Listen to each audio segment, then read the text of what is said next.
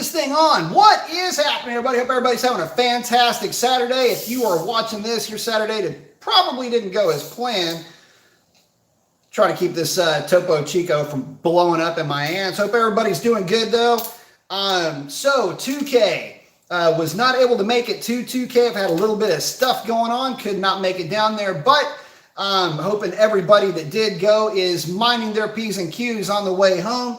Keep in mind, folks, you got plenty of narcs that are going to be running around this year, probably the worst year for it. So if you are out and about for Texas 2K, keep it between the lines, keep your speeds down, and if you are planning on going to Mexico, for crying out loud, don't be an idiot and start posting stuff up that gets you busted.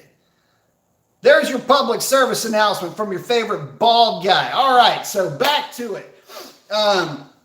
So for you guys that have been asking me, what else am I going to do to the car? And I've been saying, I'm not going to do anything. I'm not going to do anything.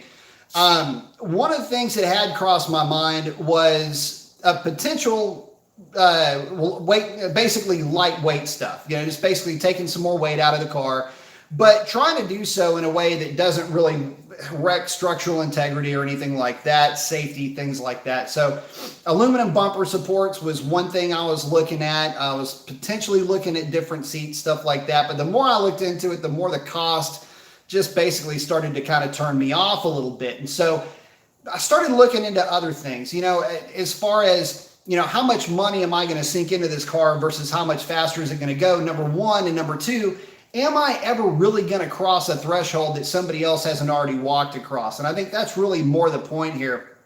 There is really nothing that I can do with my car with any level of boost that's going to be impressive to anybody. I can throw pulleys on it, change fuel. There's a handful of things I can do. I can put this thing into the mid to low nines pretty much overnight, a tune withstanding, and even that wouldn't be that difficult to muster up. And it still wouldn't be anywhere near the fastest Hellcat. It certainly wouldn't be anywhere near what anybody would consider truly fast, at least in this day and age.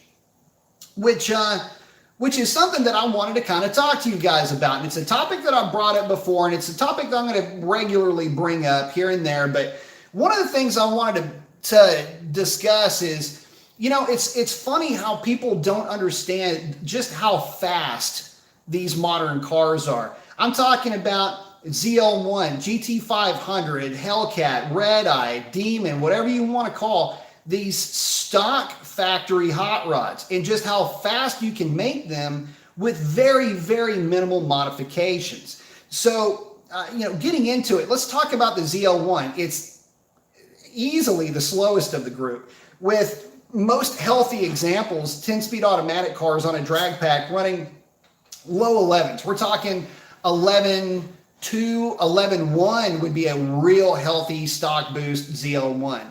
So to put things into perspective, 11.1 is unbelievably strong by even just a few years ago standard. I mean, you have to get to the Hellcat, the modern yardstick for street or drag strip performance on a prepared surface. That's the Hellcat for stock cars. And interestingly enough, the ZL1, which I would have thought would have done better, it's lighter weight, a little bit less power, but not by miles, it just does not seem to do as well.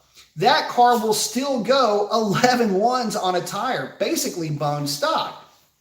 My car is running 10, and this is a DA corrected number, basically because I ran the car in 0 DA over and over and over again, but the car will run 1020s the way that it sits, and that's just with a 309 gear swap, a rear seat delete, and that's about it. Stock air box, no catch can, stock air filter, catalytic converters are still on the car. She's mean and green. GT500 is really yet to be proven, but we know that because of launch control magic, that it'll run at least 1060, 1050 on a decently sticky tire on a good track. These are incredible numbers, and it's not just that they'll go that fast. They will get to over 130 miles an hour, at least my car, GT500. ZL1's a little bit behind that, but not by much.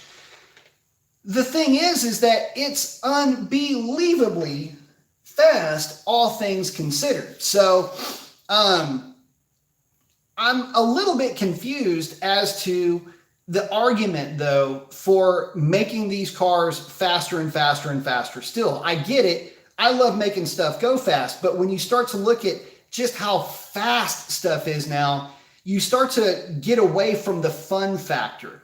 And at what point does fun no longer become part of that equation and fast just basically takes over? And basically what I'm saying is that when you get a car that will get to 150 as fast as these cars will, these cars will get to 150 miles an hour faster than a 12-second car can get to 15.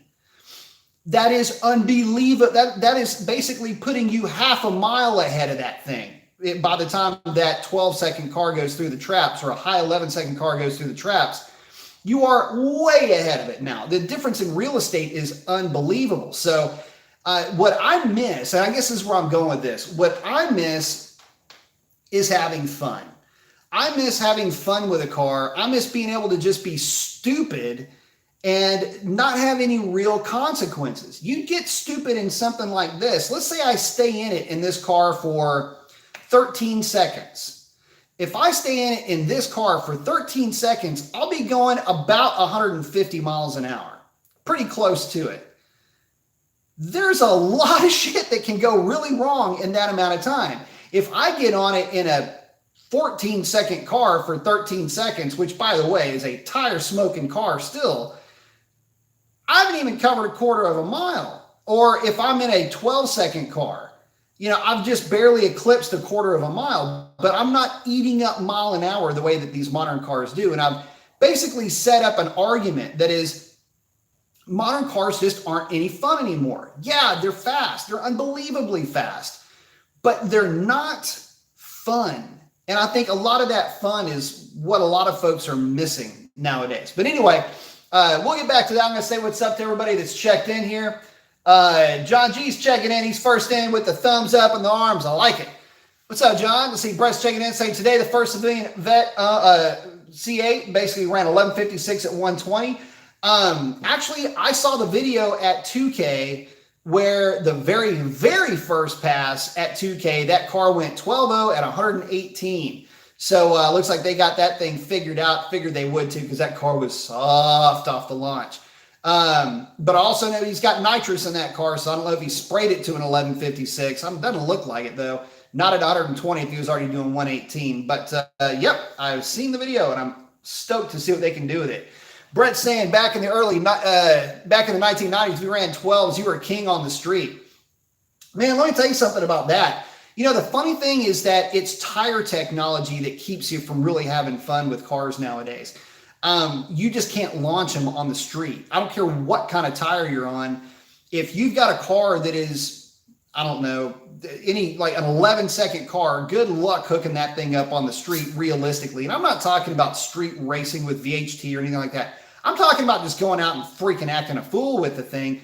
You'll never hook up. And that's why, 12-second cars are so much fun. 11-second cars are actually the easiest prey for a 12-second car on the street. So, I miss 12-second cars. I miss a solid 1220, 12.0 car on the street or truck for that matter, because, man, you could just have so much fun.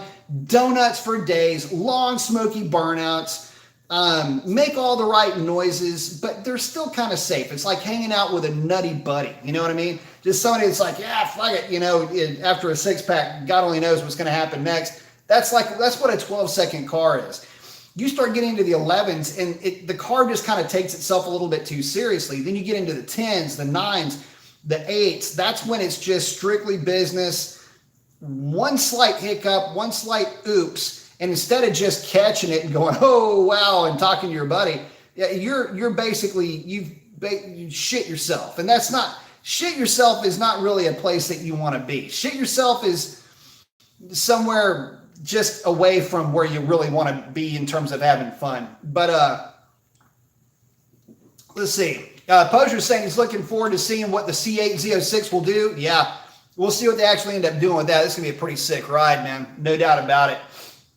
Hayden's asking, what is the fun level for a car in your opinion? Power or a quarter mile time? Here's what I think. And this is obviously subjective. A lot of people will say, you're a little bitch. No, look, seriously, I've been around this stuff for a long time. I think I've got at least an educated opinion on this, but it could be a bitch ass opinion, right? So here's my thing. About 400 to 450 horsepower is the limit for me in terms of what is still going to be fun. It's going to be based on the platform though. 450 horsepower in a Fox body is a lot of power, but 450 horsepower in, and this is flywheel horsepower. 450 horsepower in a fourth gen is about par for the course. 450 horsepower, 400 to 450 in a truck is going to be a riot. That's going to be so much fun. So it depends on the platform. It depends on what you're going to be doing with the car, but ET at that point is pretty much irrelevant because, it's going to be horsepower to weight really more than anything else. And at that point, 12.0 would be on the faster side of that, but, a real sweet spot for a fun car right there around that 12-20 range in the ET. Mile an hour, really no more than about 112, 113. That's a real fun car because you can drift it at will. It'll light the tires up at will.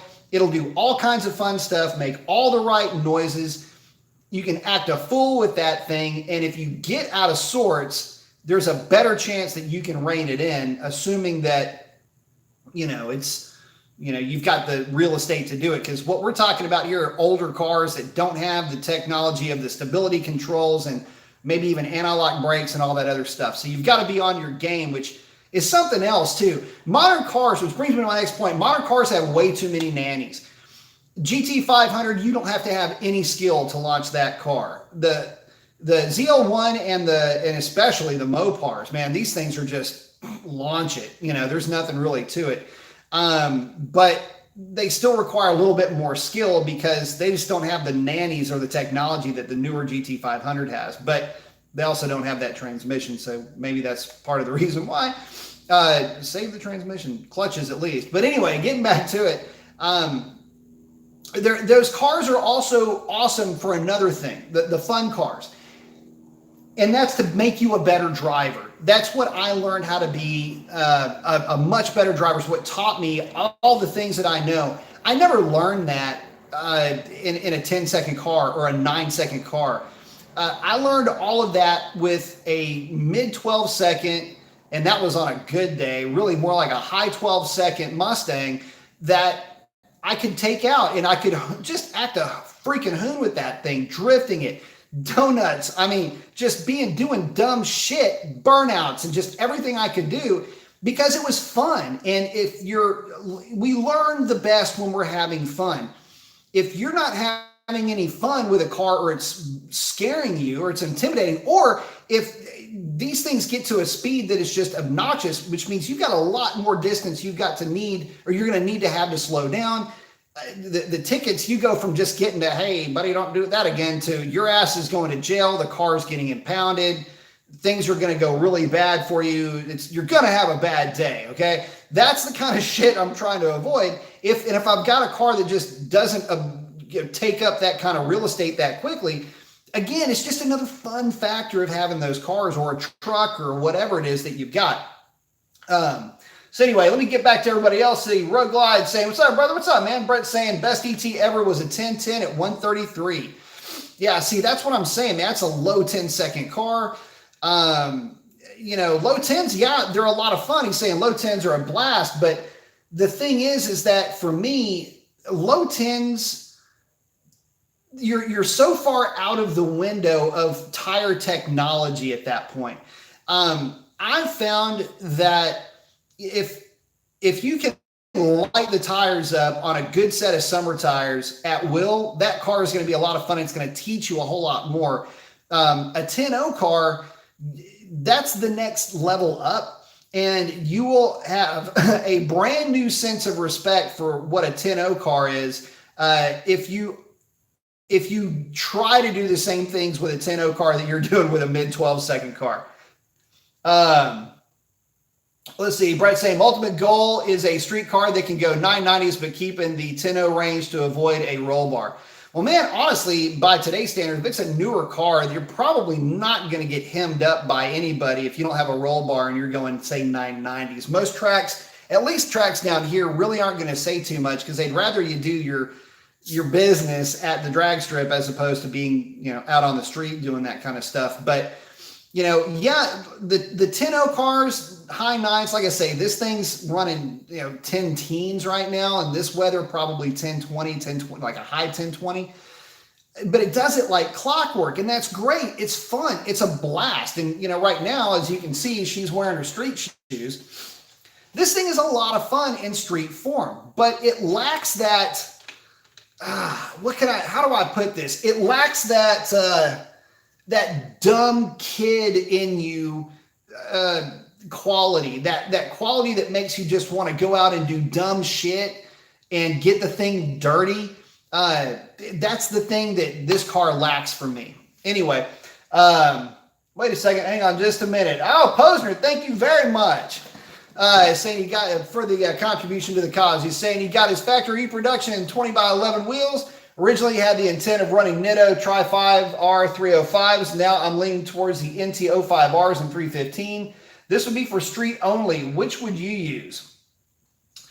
I would prefer to use the Tri-5s.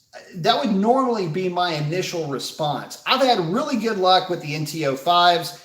I may go back to NT05s with this car once it's time to get new street rubber on it. The only major difference here, let me turn this fan on, man. It is hot as shit and muggy as hell out here. My only caveat to that, though, and it's kind of a big deal for me, I go on a lot of road trips in this car. This thing is not just a drag race appliance. I mean, my wife and I take this thing on road trips out to the hill country. We're hitting back roads with this thing, acting like a couple of dumb kids in this car, which it is pretty fun. And Tri-5s do a great job of that. I've been caught out in monsoon conditions out in Central Texas, and Tri-5s did great. NT05s are not going to be quite as good as that. So if you're going to daily the car and you want to have a stickier tire, Tri-5 would be the way that I would personally go. If it's a daily in that you've got another car to drive and you're going to drive that car, if it's actually raining, then go with the NT05s. I think you'll be happy with that. They both are a little bit on the wide side, so just know that going in, check your clearances before you put that thing on there. But thank you very much for the contribution to the cause, my man. I appreciate it. Straight line racing. What's that spark plug torque spec? I believe it's 22 foot-pounds. But check. Brent saying, not for Mustang GT. I just ran my 100% stock 2020 Mustang GT today on stock radials. Half tank of gas and ripped a 1211 at 118. Very nice. It's fun, man. The new GTs, that to me represents what I would consider to be an extremely fun car. One of the funnest cars that I had ever driven lately, I mean, at the shop, basically, was a 2014, I think is what it was. No, I'm sorry. Yeah, 2014 GT. The guy put 410 gears in it. Other than that, it was just a Mustang GT. That car was a lot of fun. And the guy was getting it set up really more for handling. He wasn't a drag race fan at all, just street guy and liked to play around with his car. That was about it. But that car was a lot of fun. You could really tell that the gearing helped it out a lot. But that's, that power to weight ratio is what I'm talking about.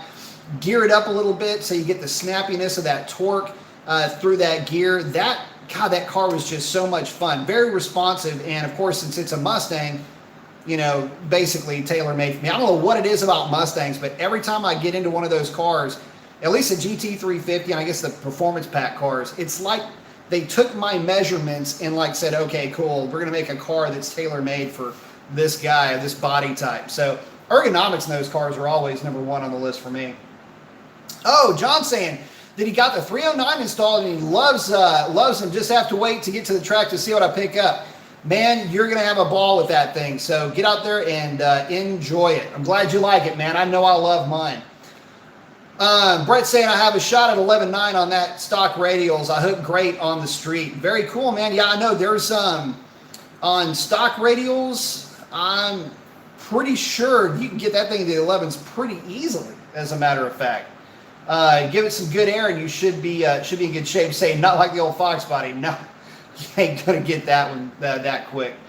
Let's see. Quick Brick saying, oh hey, what's up, Quick? Saying, hey buddy, the C8 that Brett is referring to that went 1156 at 120 was at Stangmo's channel at Atco today. Oh, okay, cool. Think my SRT will have a little something for that C8 in stock form anyway. Yeah, it will. If y'all don't know, Quick Brick has massaged the white elephant just a little bit. So, yeah, definitely going to be something to chat about.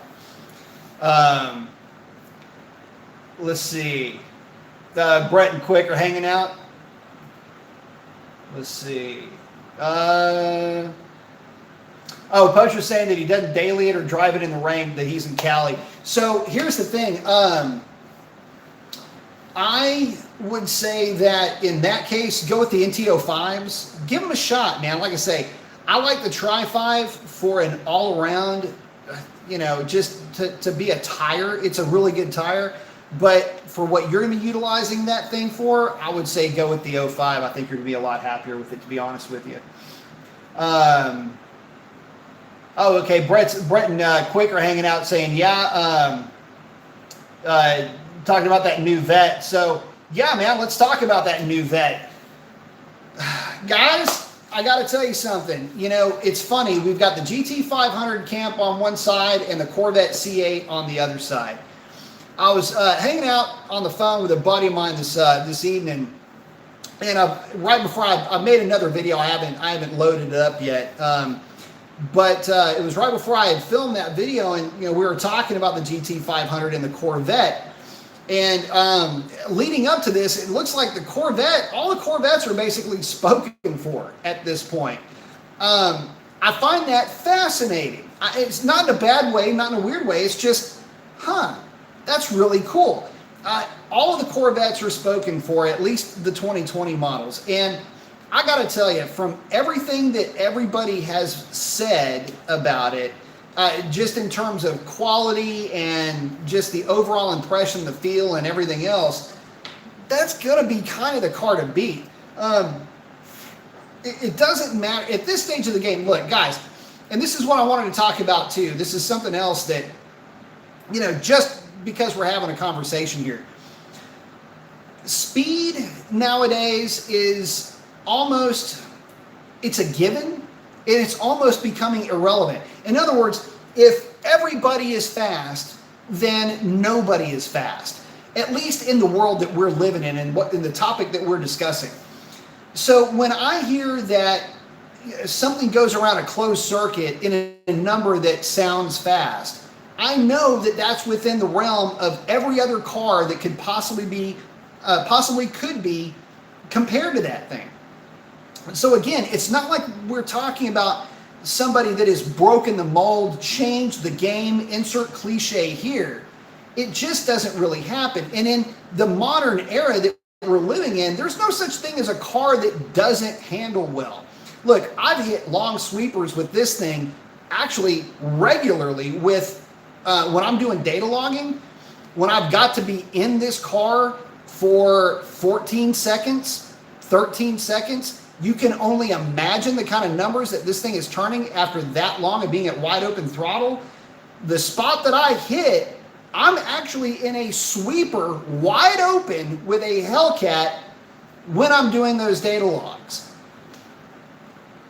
It doesn't handle poorly. All these cars handle great. So it's hard to have a conversation to really take a track test seriously. I put that in air quotes because it's a professional driver.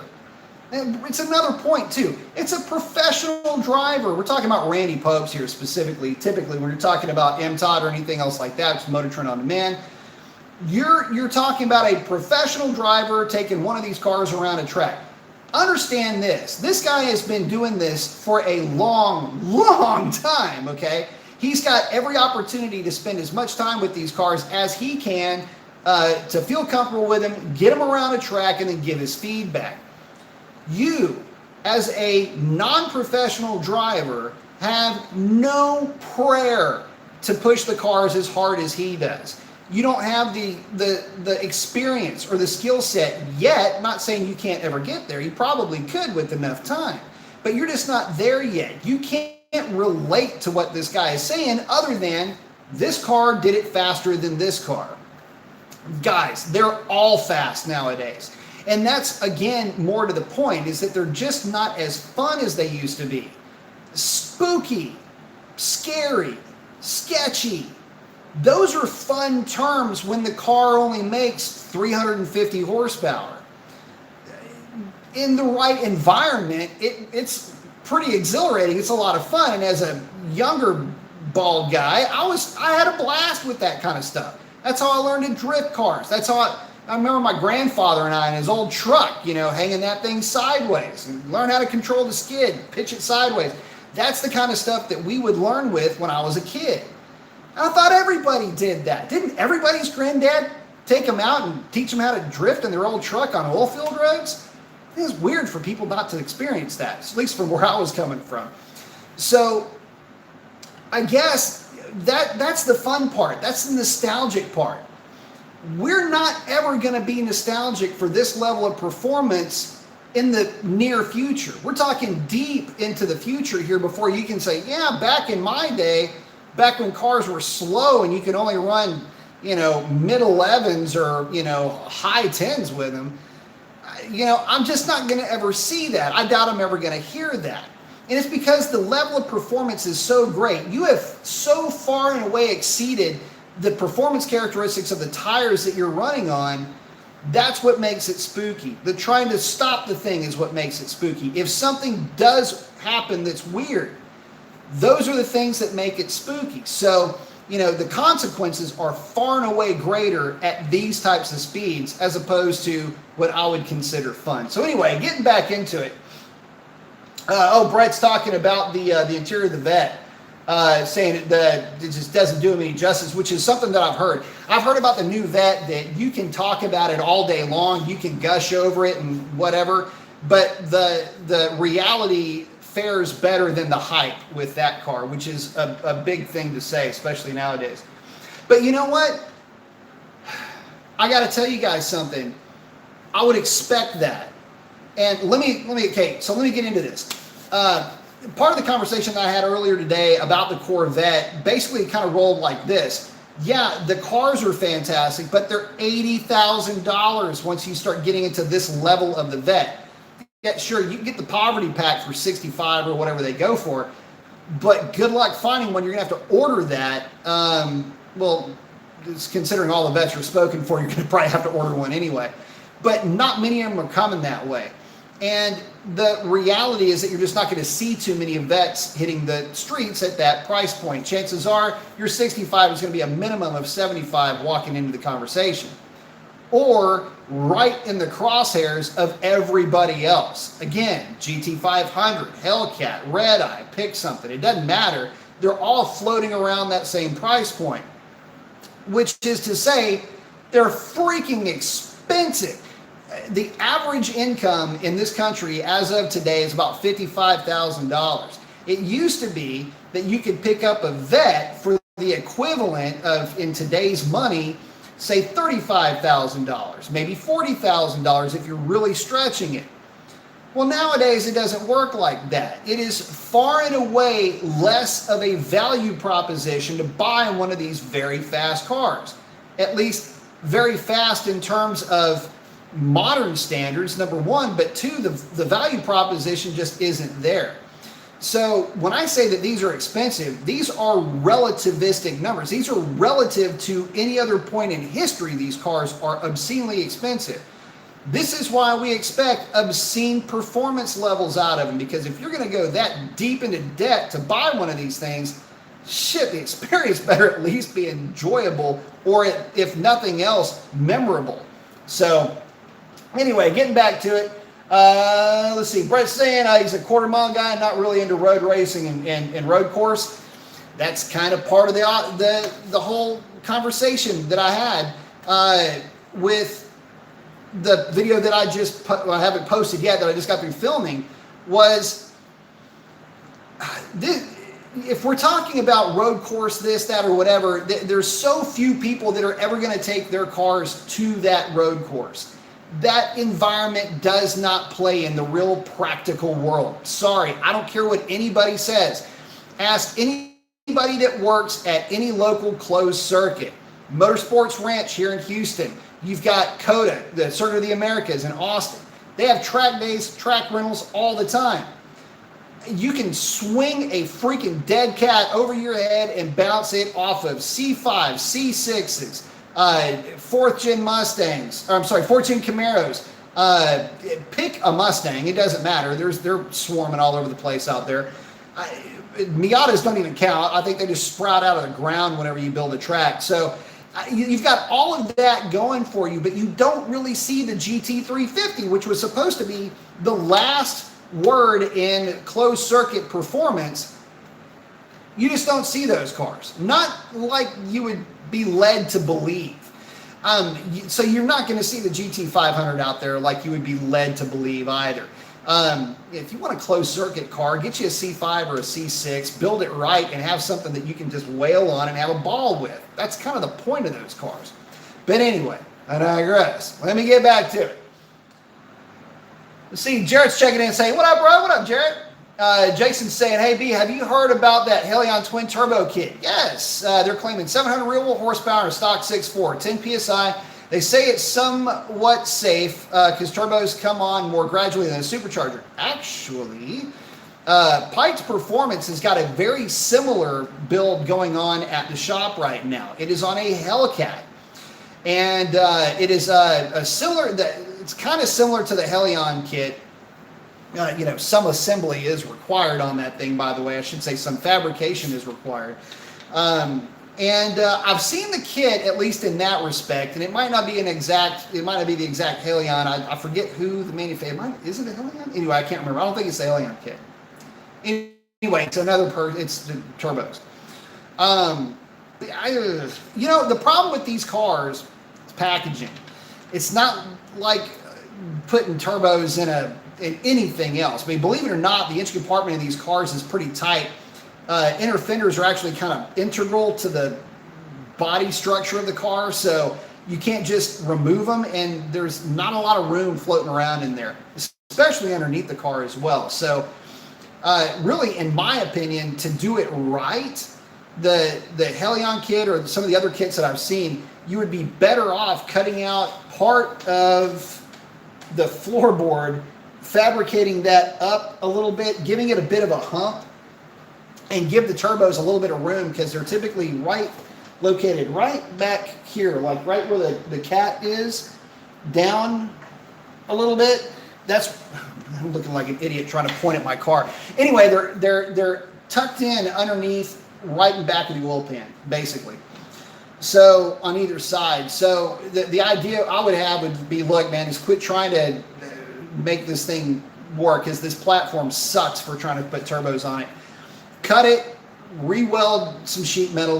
I know it would kind of look like shit. In that case, grind it down, prime it, black it, you'd be in good shape, and that would give you some room to put the turbos in there. 700 horsepower to the rear wheels, that's fine and all, but the problem with 700 horsepower to the rear wheels is that it's not near enough. If we're talking about this thing going on a 6.4, it's not going to be any different than the kit that I saw, but it's it would be safer on the transmission, so that's a good thing. That's a very good thing. Leave the thing, and turbos are always going to be significantly more efficient than any type of a belt-driven supercharger is ever going to be. So there's at least that to work with as well. But 700 horsepower, probably within the range of what would be considered safe on 93 octane. And it would certainly, if not 700 horsepower, you would have a mid to upper mid-range torque hit that would be a blast in that car. But again, I don't know if it would be worth the actual money that you would throw at it. Because Mopar, and you got to pay the Mopar tax, and you might just be better off getting a Hellcat, you know, that whole trade-off thing. So I think once you go forced induction, or once the idea of forced induction crosses your mind with a 392, it's time to get a Hellcat, because internals are better, transmission is far and away better. Even if you've got that Scat Pack or whatever paid off, you would be better off trading it in, paying the extra money, getting the Hellcat, having a car that will hold its value better, that is already significantly more robust, that is built to be boosted. That's kind of what I would go with. If you like the 6.4, and I love me some 6.4 by the way, keep that sucker naturally aspirated. Throw a nice cam at it, get your intake ported, put a ported throttle body on it, throw some long tubes at it, maybe see if you can source a Hellcat catback for your car. You will be in love with that combination. That is where you need to be. So anything else, and it's just going to be, I think you're going to be throwing a lot of money at a car that you might not be able to get back. That's, I guess, my only concern. Just looking out for you. Hugh37 is saying, is there such a thing as a person that is satisfied with their car? Never.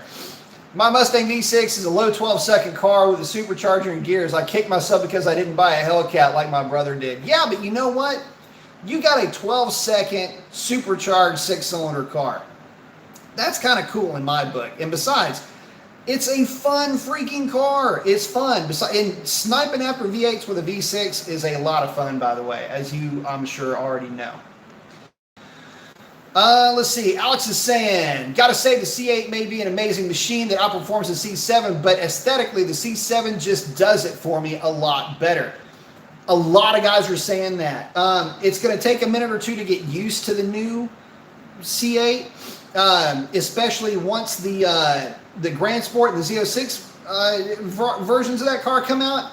That's when you're going to start. That's when it'll start making sense. I did not like the C7 Stingray.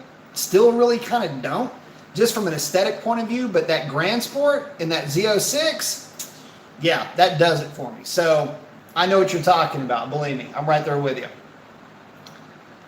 Let's see. Symphonic said, if you ever actually got into a car with Randy Popes around a track in a Camaro Z01, he would definitely make you throw up. He probably would. It's been a while since I've actually been on a closed circuit. Last time I was on my motorcycle, JSXR 750. TRL saying, damn, I have a Scat Pack, the equivalent of Poverty Pack. Oh, man. It's not a Poverty Pack. That is the way to go around. They're to get around, I should say. I love those cars. Those are fun. TRL saying, I hate that you said that. It's not the Poverty Pack, dude. Talk about the Vet, not the Scatty. TRL saying, some guy yelled at me earlier saying, it's not a Hellcat, though. I was triggered. I can understand. I know the feeling very well. Dantel is saying, so many people talk about the Challenger and Charger can't turn. Brother, that's what we have the Dodge Viper for. Can a Stang outperform that at the track?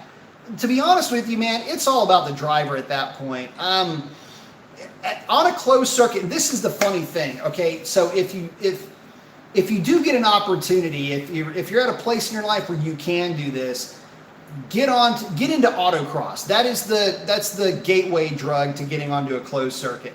Start with autocross. You'll find very quickly that power can actually be a huge detriment. I'll give you guys an example. I was big into Lightnings, and I had at the time I was heavy into autocross. I had my Viper, had my Lightning, and instead of taking the Viper to autocross, I took my Lightning. And for the sole purpose of, I would stick it in second gear because it would lock it into second gear when you did that. take off, and all I would do is use that thing. I would drift around any corner that wasn't, basically a sweeper. I would drift it around any corners though, drift it through sweepers if it was a short enough sweeper, point the thing straight, watt the throttle, and set up a smoke show. I just did it to have fun. And it was a freaking riot back then. But anyway, that's a situation where power doesn't get you a really good elapsed time. But it doesn't matter. I mean, Vipers are actually kind of weird, at least in my experience. I've had 3 of those things, and all 3 of them were, I'd take them to closed circuits often. We used to use the blimp base down here. And but one of the interesting things about those cars is that they're not like a Corvette where they're forgiving and they're intuitive. You've got to kind of know what you're doing to get a Viper around a closed circuit without having a white knuckle experience the entire time. Once you sort it out though, you get good with a Viper, you can put a hurting on a lot of cars. But yeah, the Viper is there for things that will handle well. But we don't have a Viper right now. And we're supposed to be getting something at some point, at least we were, and now that has been scratched. So I don't know. We'll get there eventually, I'm sure. But yeah, for now, what we need we need a Viper that can freaking compete with the Corvette. That's all I'm saying. Doesn't have to be mid-engine. It just has to be chick friendly. In other words, it's got to have an automatic transmission option, or it just will never compete from a total global demographic point of view. It can't. So anyway, let's see. Back to it. Xcash is saying, my old RT with stock suspension handled back roads just fine. Not as fun as the old C4 Vet, but still very fun though. Absolutely. C4 Vets are... Man, you're a braver man than me. My C4 was sketchy. But then again, I also had the Barbie pack. So that answers part of that question. Let's see. Alex is saying anything more than 6 to 7 PSI on a stock 392 is just asking for trouble. Turbo or not. So that's really more transmission related than anything else. I've seen transmissions fail before I've seen engines fail with boost. Now, that being said, these guys were also beating these cars up on really sticky tires. If you run the car around and you've got, number one, a solid tune, that's the most important thing. People try to milk more and more and more power out of boosted combinations because they'll just keep taking timing. But if you are running around on basically a street tire, you're never going to hurt anything. We've got cars that are 20, 30, 40,000 miles with Pro Chargers for sure that just keep on trucking. So, and that's at, 7, 8, 9 pounds of boost, but 9's kind of the limit on 93 octane with that car. That's on 93 octane, by the way. You go 91, yeah, keep it around 7 pounds of boost. Don't try to get greedy with it. Trudy saying, don't feel bad, TRL. Lots of guys would kill to have a scat pack. And just for hitting around on the street, I don't know if a wide body scat pack can be beat as a fun factor. That's true too, and that's a car that'll stick. So you've got some traction there working for you. So that'd be a fun car. Good point. Good call. Brett is asking, on the subject of Hellcats, do you know if Dodge upgraded the regular Hellcat drive shaft and half shafts for 2019 over past model years? Is the stock drive shaft safe to race on a sticky tire? Yeah, so the drive shaft has been upgraded, at least so far as I can tell, every year up to about 2017. After 2017, maybe even 2018, jury's still a little bit out on that, but the drive shaft is about as good as it gets Hellcat-wise. It's not up to the level of a Red Eye or a Demon drive shaft, but it's still pretty good. And yeah, you can, depending on the boost level that you're at. So if you're at stock boost and you're running on a sticky tire, I know a couple of guys that I run with that have actually gone back to their stock drive shafts, and at this power level that we're at, they haven't had any issues. So hopefully that answers the question. It's kind of a hard question to answer because there's a lot that goes into answering that question. It's how often you taking your car to the drag strip, how are you launching it, Are you getting into wheel hop with the thing? What kind of tires are you running? There's a little bit more that goes into it. But if the combination is a 17-inch wheel or an 18-inch wheel with an ET Street R tire, chances are in a well-prepped track, you're not going to get into wheel hop. Chances are, at least, hopefully, you know, then it should be just fine.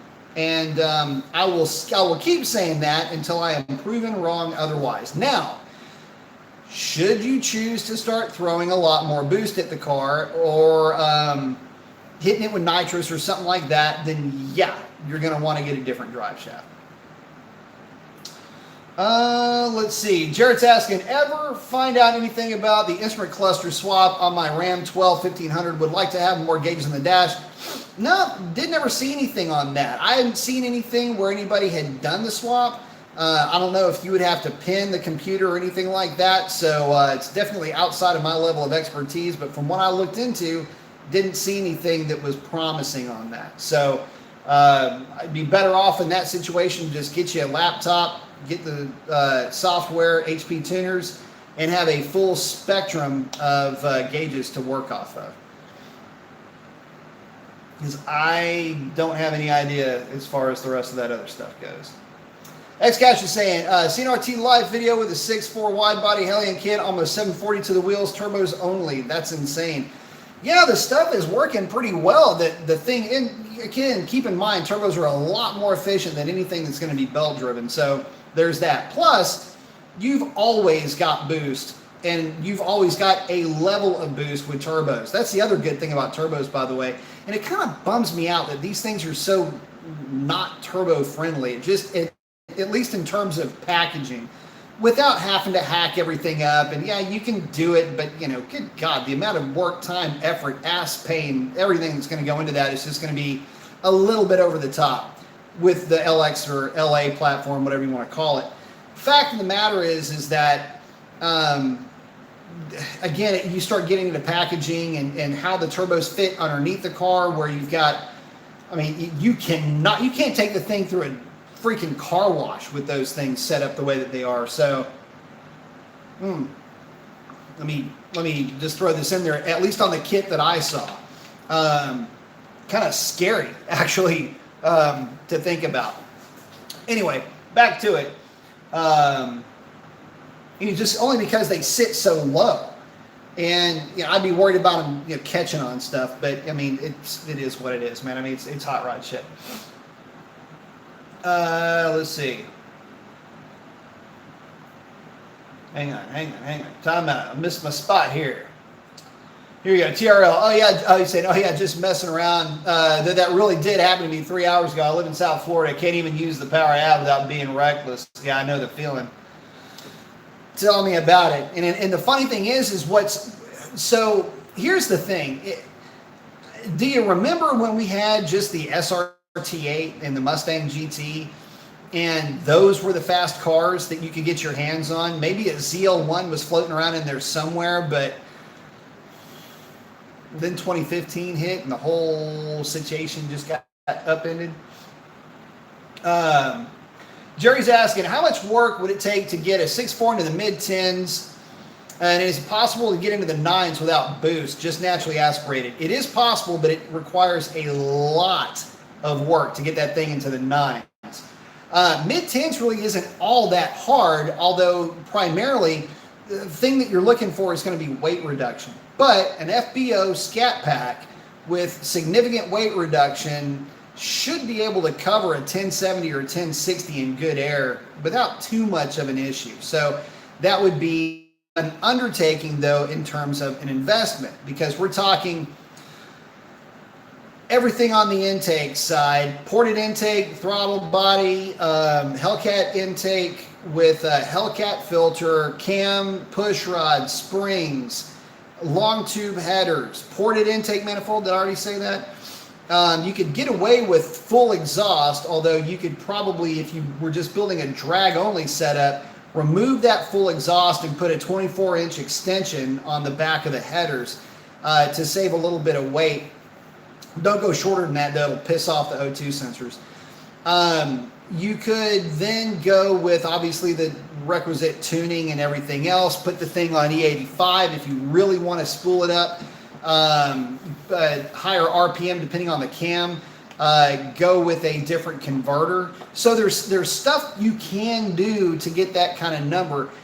With a stock torque converter, you're going to be probably limited to like 1070, maybe 1060s, depending on the level of weight reduction that you get the car to and your density altitude. To go really any faster than that is going to be tough. Even if you go with a really solid stroker, the problem that you'll have is being able to rev the engine high enough.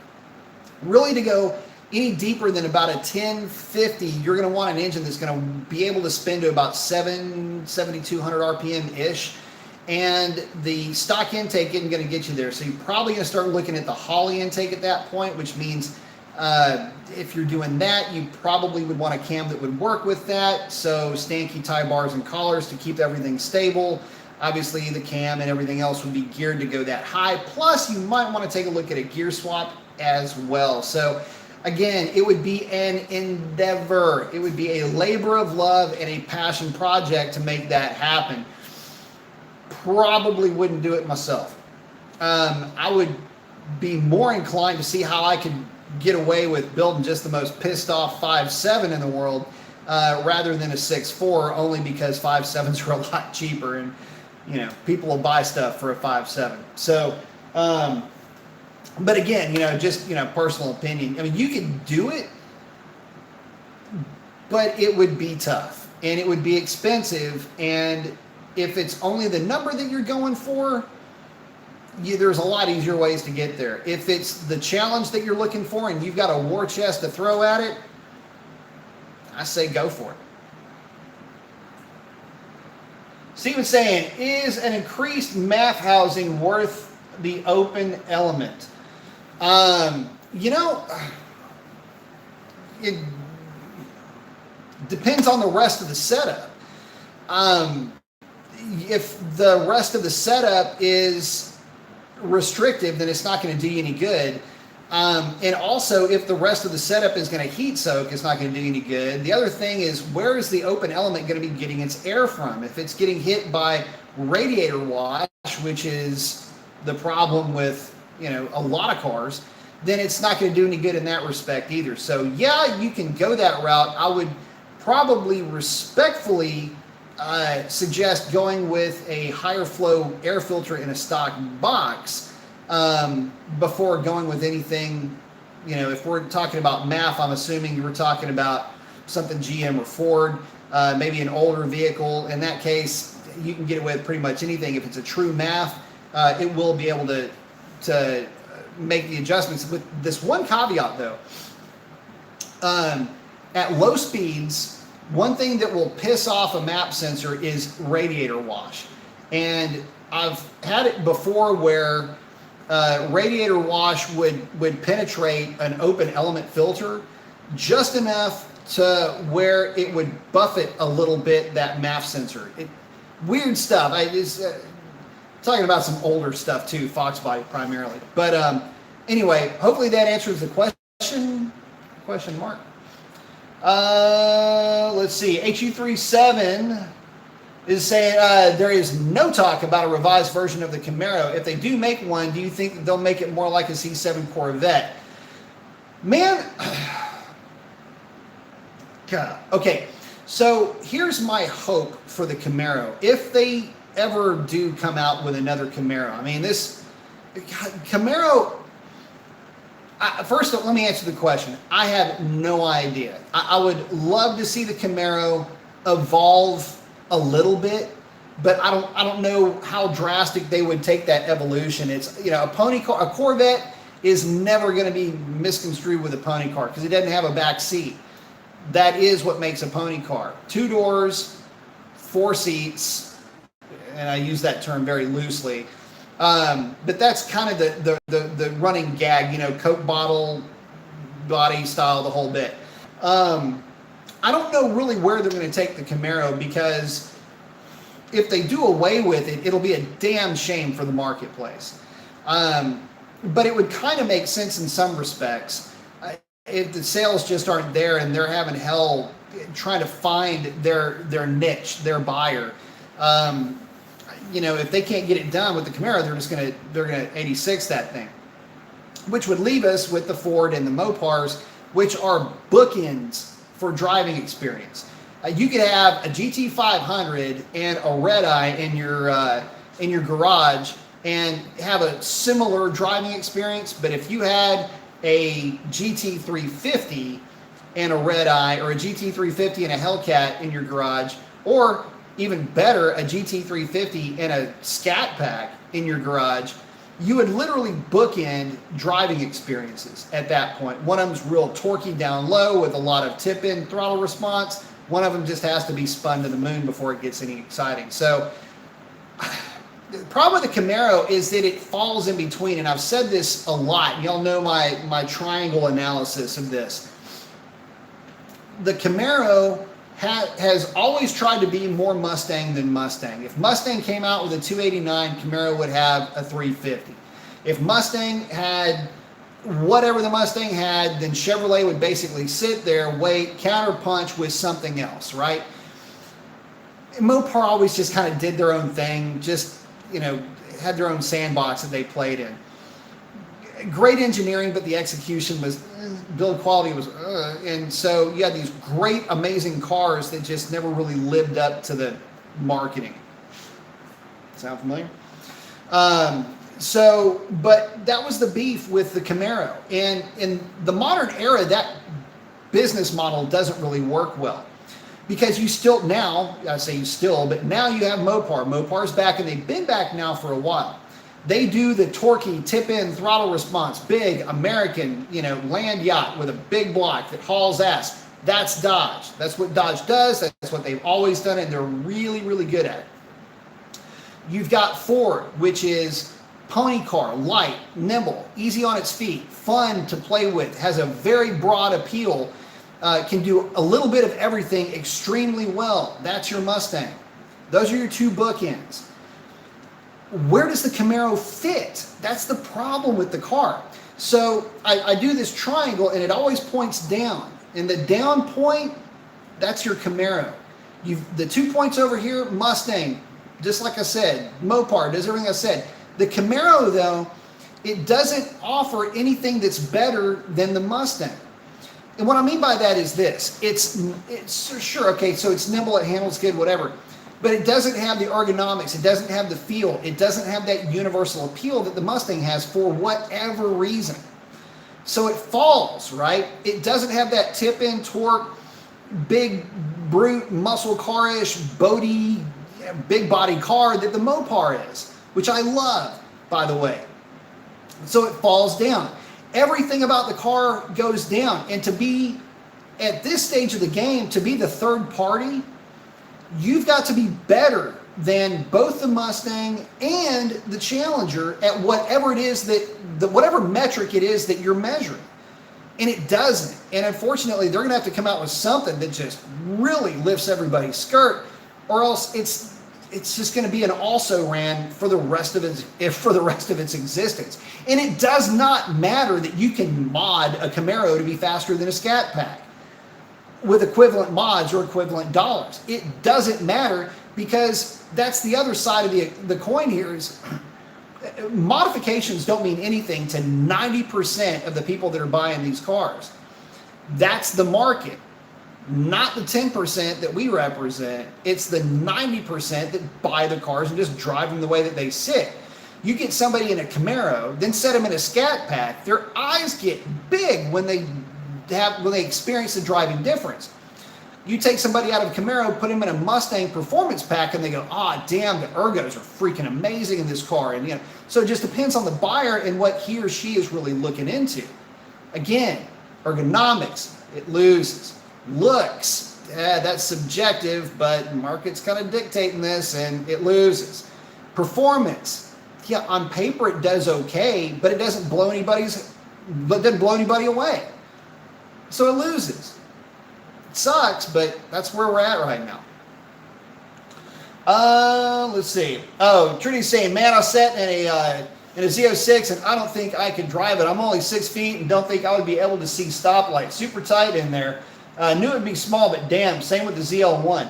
I actually, the Z06, I found it to be just real nice for me, but then again, I'm used to small cockpits like, well, the Vet or Vipers and things like that. So to me, the Vet was actually pretty comfy, and I'm just under 6 feet. So, and at the rate my fat ass is gaining weight, I'll probably be 250 pounds. We'll see. Trudy is saying a Lightning will always put my head on a swivel. Man, I love me some Lightnings. I don't care how fast or slow or however you want to call it. Again, just a really fun truck, man. I get it. You can build a mid 10-second truck out of what I don't care about that. Believe me. You know, my thing on that is, oh, well, you can build a 10-second truck. If you build a 10-second truck, you didn't build it enough, because there's, down in this neck of the woods, we got 9-second trucks running around seemingly like they are falling off of a 9-second truck. I mean, they're just everywhere down here. So, yeah, build it for fun. Build it for yourself. Don't try to chase a number. It's the quickest way to go broke and get frustrated. Brett's saying, imagine a Hellcat supercharged version of a Viper V10. I would love to see the 426 Elephant in a production Challenger. So I don't know that I would be on the lookout for the Elephant thing just yet. It would be cool, but I would rather at least get the block. That would be really cool. But yeah, Elephant would be pretty nice. The V10 with a blower, ROH used to sell, I think it was a Kenny Bell head unit, or a Kenny Bell compressor, I should say, for the Vipers. This is back in the day, shit, it's a long time ago. They did fairly well, but yeah, the V10's got to go, man. See ya. It just doesn't tick the right boxes, man. It's inefficient for its size, 8 liters, 650 horsepower. That just ain't going to get it done nowadays. We've got to have something smaller, something that makes sense. And the V10, look, I'm not saying I would kick it out of bed for eating crackers, but I don't know if she'd make it that far to begin with. Let's see. Now, V8, different story. Dantel's asking, how long do you think it will take Dodge to do a little weight reduction and put a bigger, better tire from the factory on their newer cars that will come? Man, I don't know. That is a long, soaked question for me. That thing's been marinating for a while. They got to do something at some point, and it looks like 2023 might be what we're looking at. But here's the problem. If 2023 is the number, and that's when they're going to do whatever changes they're going to make to this platform, will it be enough? Could it be enough? And will it be enough of a change to sustain that platform moving forward as long as this current platform has been successful, I should say. So that's what we're looking at as far as how much room there's going to be in there. I'd like to see a staggered wheel set for sure. In this day and age, how do you not have one? It's ridiculous. And I don't want to hear about it costs more to do that. No, it doesn't. It doesn't. It freaking doesn't when you're talking about the kind of dollars and cents that these things are costing nowadays anyway. As a percentage of average income, I think you can find it in your heart, Mopar, to figure out a way to make that work, or FCA or Dodge or whoever I got to freaking address on that one. Let's see. Symphonics is saying, reading through all the comments on Stamos' video of his GT500 versus a C8, all the Ford fanboys are getting off that the GT500 won. Guess they don't know the Mustang has 265 more horsepower. Enter the white knight, enter the snowflake. That's kind of what happens with this kind of stuff. I have never seen anything as it pertains to a car, and I didn't mention this in the video that I recorded earlier. There has been such a vacuum in the Ford camp, and I guess the the fervor has a little bit of a, well, it should either come as no surprise or it should at least be, let them have their moment, I guess you can say. And let me explain to you what I mean by that. There has been a vacuum there for a while where Ford had nothing that would compete with the likes of a ZL1 or the Hellcat. And now that they finally have something, everybody's having a fap over this thing. And guys, look, I get it. She looks cute in a bathing suit. But if that thing is going to be more of a pain in the ass than it's worth, don't know that I want to bring her home. And when I put the questions together in the videos that I put together, when I sent that out into the world, it was as a potential buyer. I was actually looking at picking up a GT500. Thought it would be fun to see how far I could take that car in the same guise as my Hellcat. Basically, stock boost, drag pack, keep the seats in it, put a rear seat delete in it, whatever.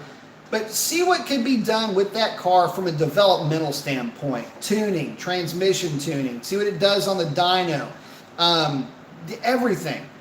But the more I started looking at it and the more I started leaning on folks that I know to get information from, the worse the proposition started to look. And the last thing that I wanted was to be in a situation where I'm at the drag strip, wanting to get a number out of the car and I go into clutch over temp mode or some bullshit like that, which we started seeing. And you know, I don't know the parameters of that thing. I don't know why they were going into clutch over temp mode. I don't know any of the details on that. And when I put the question out is, where are all the GT500s at? Why aren't y'all taking your car to the drag strip? Love to talk to you guys about it.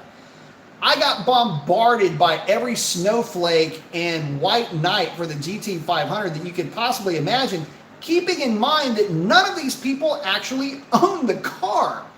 They've made no investment other than in their emotional investment in that car, and yet they came at me as though I don't know, said a y'all mama joke on them. I mean, it was just the weirdest thing. Some of it was really embarrassing for them. And I'm going, dude, you don't know my background. I've kind of been doing this stuff for a long time. I've got a very diverse set of skill sets that I've, been able to develop since childhood. I mean, I've had a bike since I was 5 years old. So, and I mean motorcycle, not a bicycle. So, the retort is kind of funny. And these are people that have never had my life experiences. So they can't get that when I'm asking a question, it's not coming out of thin air. It's coming because, number one, I'm a potential consumer. Number two, I'd like to know what the latest is with that car because I keep hearing about problems with them. So, it's little secret that multiple Mopar's GT500, well, his transmission broke on the dyno. So, yeah, my only experience with that car has been a little bit negative, at least from a secondhand point of view.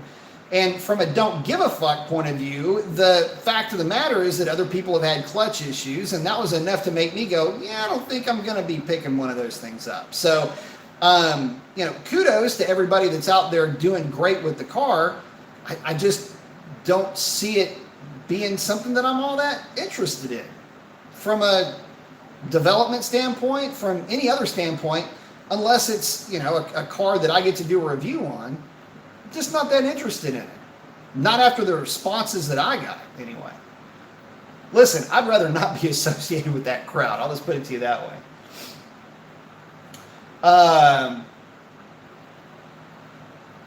Brett saying what gets me is how the Mustang fanboys disrespect the Red Eye. The Red Eye pisses on the GT500. Yeah, but don't you know the Red Eye just doesn't handle as well as a GT500? Whatever. Handling. That's cute. Brett saying GT500 goes 10.6 stock. I got a stock Red Eye going 10.22 on my channel. Funny that you should mention that. So everybody's talking about, the GT500, well, it goes whatever mile an hour, whatever ET on stock tires. Your Hellcat can't do that. No, because I'm not stupid enough, number one, to put a 700 horsepower on a drag strip without a proper tire. And number two, my car doesn't have the nannies that the GT500 has. You see, I've got to actually be able to drive the car to get that number, which is another topic altogether, by the way. With my car running 10 teens on stock boost, everybody freaked out about that, including myself. I was pretty stoked. With very little done, still running through the stock cats, etc. I even got a little bit of hate off of that. Go figure. So, but yeah, this car, the way that it sits, running 1030s, 1020s in kind of crappy air, red eyes that are going 1020s. And actually, I think the record was set at the Hellcat. Let me think about this. The red eye record was set, if I'm not mistaken, on stock boost, basically just a stock car. Was it on a drag radial? Anyway, no, it wasn't on a drag radial. I think it was on a drag pack. Anyway, 1018 or something like that. Damn near went 9 stock boost. And then that next weekend or the next weekend after that, I was running 10 teens with my car on stock boost. My only thing is this, and this is what I said in one of the videos, this car versus GT500 or whatever. I said, look, GT500 should be running those types of numbers if it had a different transmission. And that was my key point to that was there's a cost issue here. There is a $20,000 proposition waiting to fail in that Mustang. It's an unknown. And my point was, you've got a Mustang that costs, I don't know, 80 grand, right? But if you took 10 grand off of that and had a built 10R80 in the car, it would be a $70,000 proposition with a known transmission, with known durability, with known characteristics that would be fantastic for drag racing. Throw a manual transmission in the car. Now you've got the traditional GT500 that I fell in love with years and years ago. Instead, there's this goofy hybrid. It's called the DC whatever, and it's blah, blah, blah, and it sucks, right? So that comment alone pissed people off.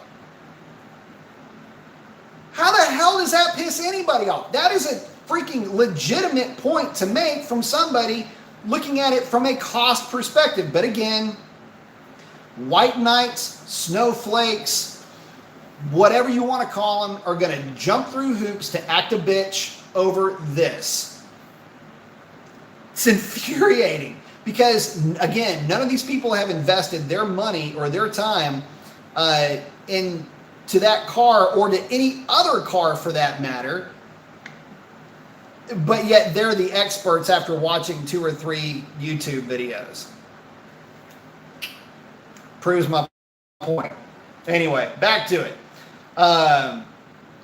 Dontel saying exactly, man, if only experienced driver would get behind the wheel of the red eye and match the experienced driver of the GT500, that it would be a race of the red eye taking it every time. Speaking of which, yeah, I think I know exactly what video you're talking about. I actually commented on that video as to why in the heck a red eye would trap 101 in the 8th after running a 1.5 something 60 foot.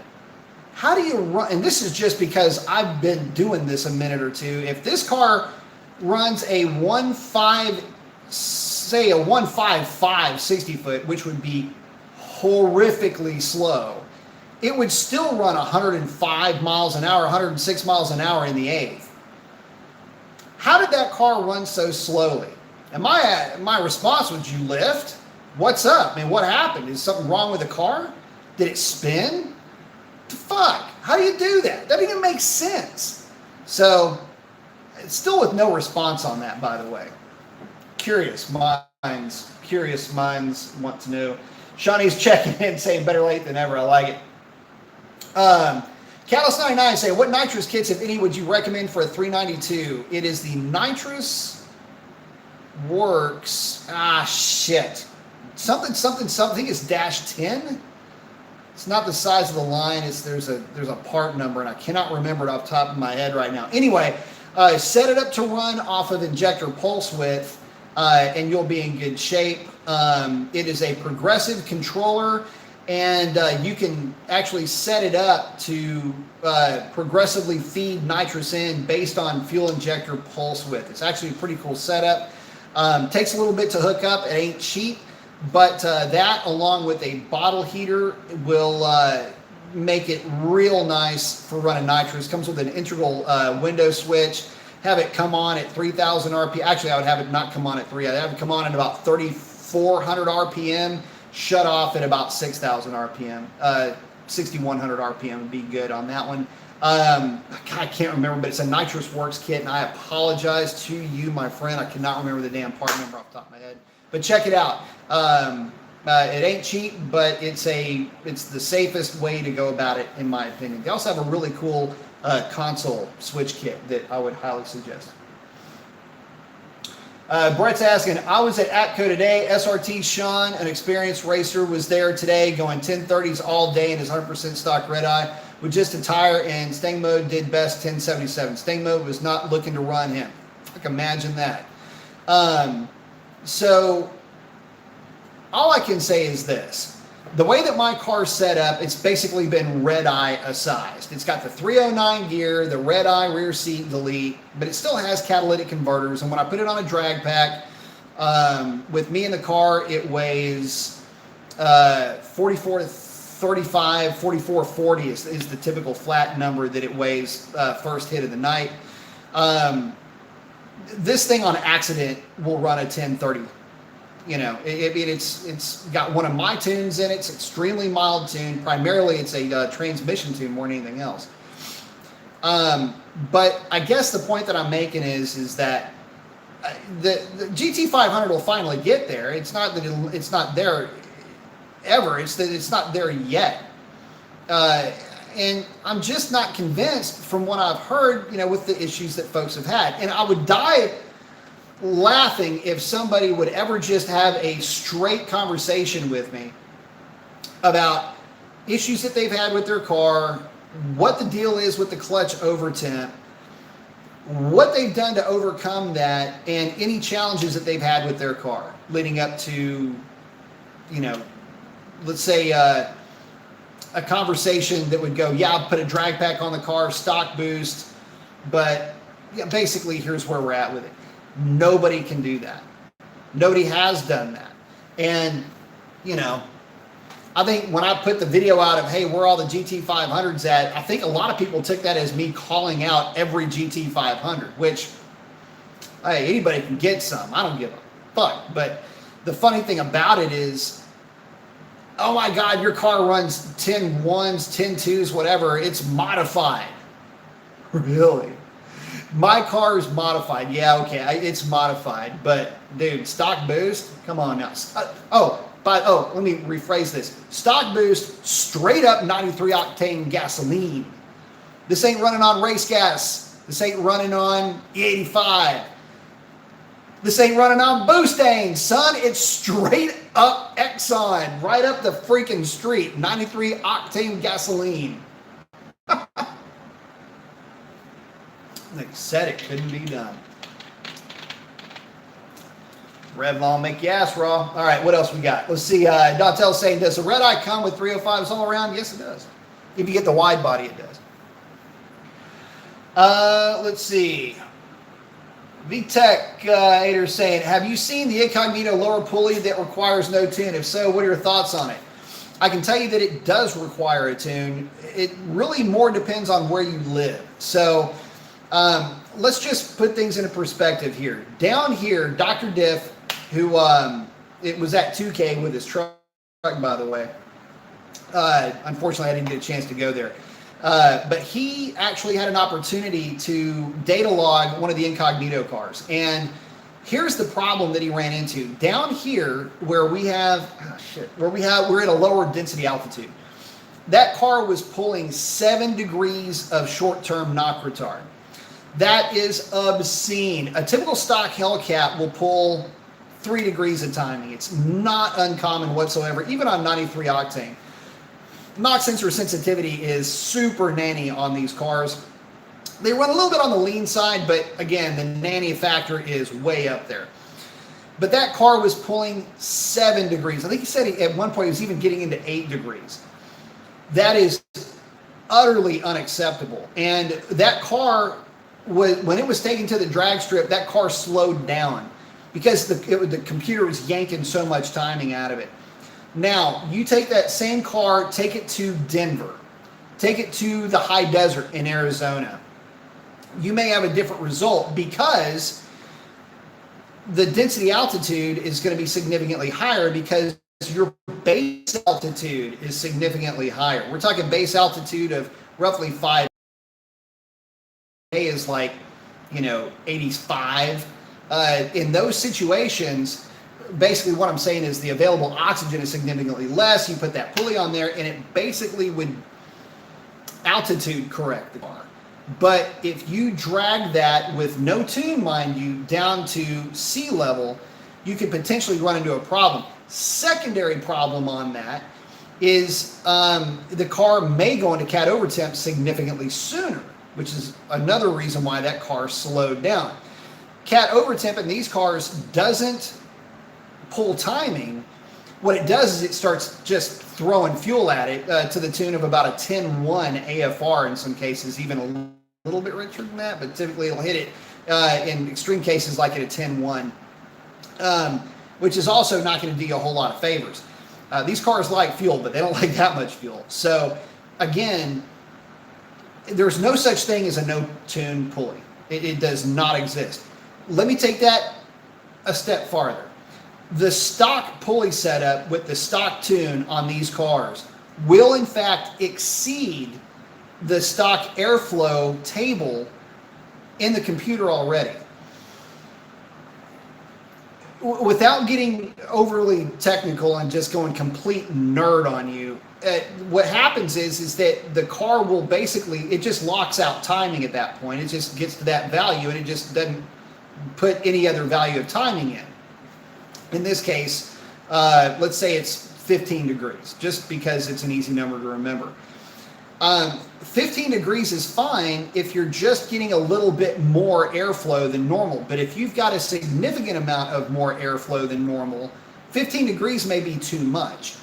And that, again, is part of the problem. The car will still monitor the amount of air coming in because it, again, let me stop right there. I don't want to get too nerdy on you. A long story short, your stock car can actually exceed the parameters of your stock tune in certain scenarios. It has to be very specific. DAs are extremely low. That's where you're going to run into a problem. So, all that being said, and with that knowledge on board, you should be able to surmise already that spinning that blower a little bit more with no tune means you're going to lock out timing at a little bit higher value than maybe you should be running, given the conditions. That's the recipe for disaster. So, take it with a grain of salt, brother. They're not going to cut you a check for an engine. They're not going to give you a loaner Hellcat if things go sideways. They're not going to pay for labor. What do you think my suggestion is on that without a tune? Shawnee saying, Super Chat's not working. Hellcat oil catch can recommendations, please. A dual one. Is Revlon getting one? Revlon may eventually get a catch can setup. Yes. Billet Technologies makes a really good setup. And it is a dual catch can setup, both for the intake and for the discharge side. So, yes, if you're going to get one, go with the Billet Technologies. I think a lot of folks have gone that route for the twin kit, and I think they like it quite a bit. So, I would recommend that one. Would probably be the way that I would do mine if I didn't have a set fabricated. So, yeah, that would be my recommendation. Take a look at them, see what you think. And it should be working. We've got one in already on the Super Chat. So, yeah, check that out. What's the deal?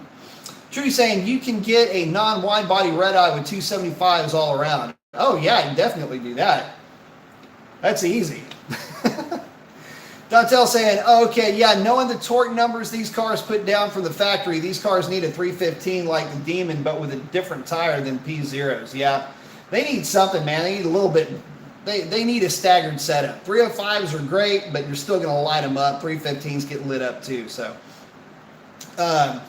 Steven saying 2014 GT, have heard the factory intake tube is too restrictive. It does pick up with a cold air intake for sure. Just worried about IATs because some of the cold airs are sketchy. I'm just a young guy trying to work on my car. Man, look, don't sweat it on the Mustang. that setup is a completely different thing altogether. The big deal with the Mopars on the cold air kits is from the naturally aspirated stuff, and for the supercharged stuff too, you get a lot of radiator wash. I don't think that the Mustang has that same issue. I think JLT makes a really nice kit for the Mustang too. So take a look at that. And a lot of guys are going that route. A lot of folks have had good success with it. Following their footsteps, I think you'll carry the same success with you. GT Mustang, freaking love those cars, man. Cannot get enough of that. You can do whatever you want with those things and make it a lot of fun too.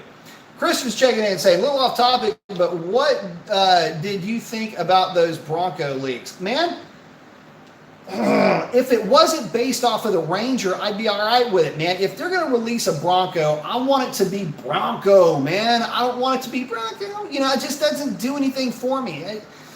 I'm hoping that it's going to be capable. I'm hoping that it's going to be punchy. I'm hoping that it's going to be cool, like really cool.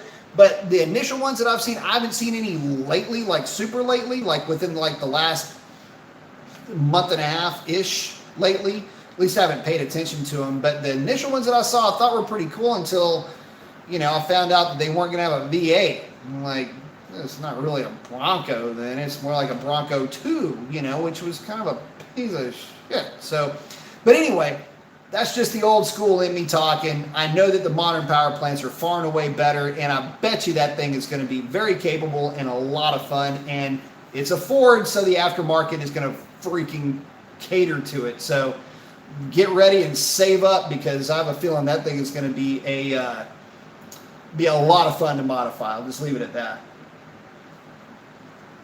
Let's see. White Hemi's saying, Steven, your factory intake is fine. It's actually true cold air intake. Yeah, that's what I was saying. Those things are good. Like I say, I know JLT was making one. I've heard they're a little bit on the restrictive side, but it just depends on how hard you're spinning it, I guess. I know all the ones that I've ever dealt with always had cold air zone. Let's see. Oh, yeah. Miscellaneous consonants is saying they did that with the 1320 with the drag radial. Yes, they did, but they did it with a kind of an off-brand drag radial. So take a look at those too. I think it's made by Toyo, if I'm not mistaken. True Day, at the very least, offer a staggered option. I mean, my SRT, I usually swap 2 tires at a time anyway, unless I get really good deals on 4s. Yeah, they need to do something just from an aesthetic point of view. I mean, come on, man. I'm getting a little crazy with that. You can't tell me it's going to cost any more. The aftermarket's doing a better job than the OE is at this point. And I know you're going to say, but they're not forged. Yeah, but they're just practical application would argue that they're just fine. Lightning Blue Mini saying, what up, B-Mason? What up, Lightning? White Emmy Chris saying, I beat a 5.0 GT manual in my 5.7 because he was going into clutch over temp on the track. Wouldn't let him shift into 3.4. I don't know, that's not the same thing we're talking about. That might have just been somebody's clutch letting go. But what we're talking about at clutch over temp is on launch, GT500s will not let you launch because they're monitoring the clutches somehow, and they're saying that they're getting too hot. Kind of weird. AZ Independent. I like it, saying, howdy, have you ever seen anyone use an IHI blower on a 6.1 or a 5.7? Is there an adapter plate available online? I believe there is an adapter for the IHI blower. Saying there is also an outfit that rebuilds them and are $1,800 with a 3-year, 36,000 mile warranty. Here's the good thing about the IHI blower. It is an incredibly good supercharger for what it is, which is an OE supercharger. But it's also an incredibly good supercharger just in terms of being an efficient freaking supercharger. So, yeah, I want to say that, who's the damn, can't remember it now. Was it MMX or check out HHP. I think it was HHP that had some adapter to run the IHI on the 6.1 and on the 5.7.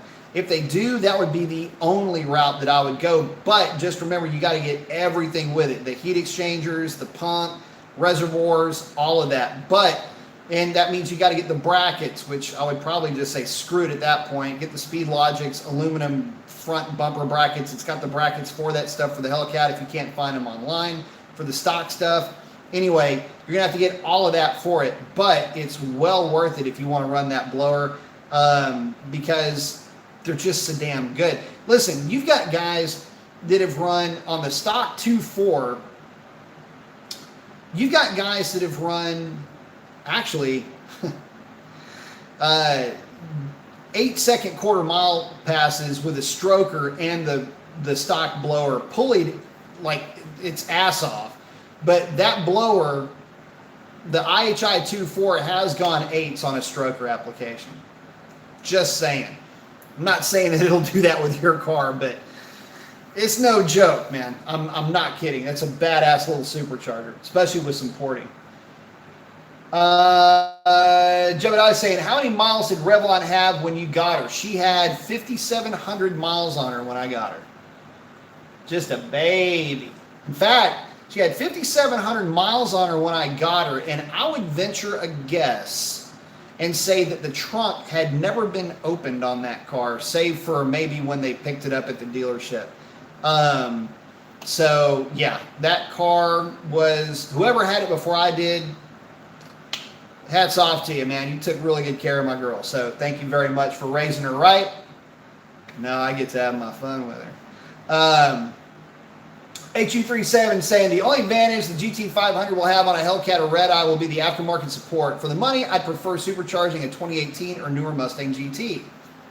Part of my argument too, brother. Look, here's the thing. Yeah, okay, so let's say it has this unbelievable aftermarket support. Where does that aftermarket support really start and stop? You got to think about this for a minute. So far as we can tell, that transmission has, if not proven to be a weak link, at least a questionable link, because nobody knows how durable it is, because nobody's had it out long enough to get an idea from it. Secondly, and probably more to the point, guys are running into cat overtemp with stock cars, and I'm sorry if I'm beating that horse to death, but look, it's a thing that's out there. And as somebody who is looking at the car thinking, hey man, it's a GT500. I'm kind of a loyalist when it comes to GT500, and I'm actually kind of quick to defend it. But this is something new. I don't trust it. Now we've got cat overtemp. I'm an old guy. I don't like this new stuff. I want to run with stuff that I know that works really well. Yeah, if the aftermarket sees that the same way that I just kind of laid out there for you, like how a lot of the buying demographic looks at that, that can become an issue. And the aftermarket can say, hey, wait a minute. We don't want to be on the hook or have our parts associated with transmission failures or with the cars not performing as they should because of an overtemp condition or whatever the case is there. So there's at least those things to consider. But, you know, if it's considered a benefit that maybe the aftermarket does something, maybe I have a different clutch pack, maybe they do something else in there, or maybe there's something else in there that they can put together that'll make that thing work better. I have no clue. Well, but I can tell you this, there's some pretty smart people that are going to be working on that car, and there's going to be a lot of folks that can't wait to get their hands on one to see what they can do with it. Just hope the thing holds together, man. That's all I can say, because the last thing you need is a whole bunch of GT500s failing out of nowhere.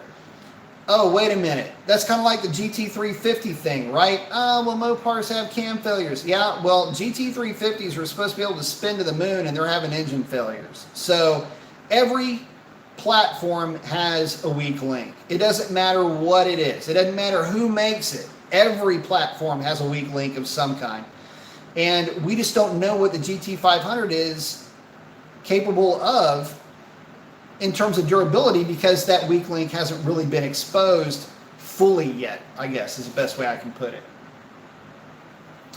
Let's see. True saying, would the Hellcat or 6.4 benefit from a 10-speed auto if ZF were to ever develop one?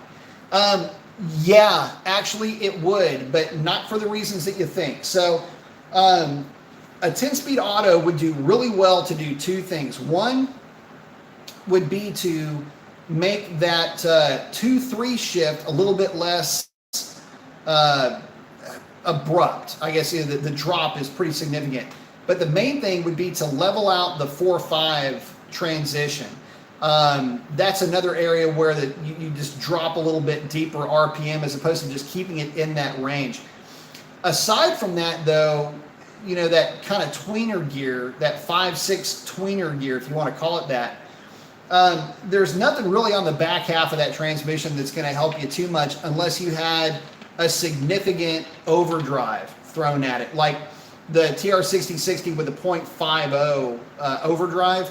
That would be something that would maybe help it to run a different rear gear, you know, say a 309, or for the Scat Pack guys, like a 330 gear, be able to retain your fuel economy and just have a better accelerating vehicle. As long as you didn't have a weight penalty that was involved, or more importantly, a strength penalty, then I think you'd be in pretty good shape. That'd be a cool way to go. Lightning Blue Me saying, Mustang guy here would rather have a Gen 3 Coyote 10R80 with a blower instead of a GT500. Man, I've been saying that for a while. And let's all be honest here, guys. I mean, look, if I own a 10R80 with a blower car and I see a GT500 at the drag strip, guess who I am clamoring to line up against? I don't care if the guy in the GT500 is a seasoned vet, a newbie. I don't care if the thing's on a drag pack. I don't care what is going on. With that car, I'm going to do everything I can to line up against that thing. And guess what? Chances are, even if that car has been mildly breathed on in terms of tuning or anything else, it's going to walk all over the GT500, especially out of the hole. So, look, GT500's got more people coming after it than just me. If you want to look at how I've said or done or whatever leading up to this, however you want to look at that, you've got people in their own camp that are salivating to go after that car. And of course, every freaking, I'm running out of things to call them, but every Ford guy that is going to just take up the freaking cause, you know, over that GT500, every single one of them is going to say, well, it's not a drag car, it's not a this, it's not a that. They're going to freaking throw every excuse at it under the book. It's embarrassing. Just freaking, golly, man. Get over it. If they'd have just built the car the right way, I'm telling you, this is no shit. If that car would have had a 10R80 from the factory, let's say instead of a 10R80, let's say it's built up and it's a 10R100, right? 10R90, whatever, like HP 90. And it could handle a significant amount of torque. That car would be in my garage right now. This is the way it is. I had said that coming into this when that car was initially reported to be under development.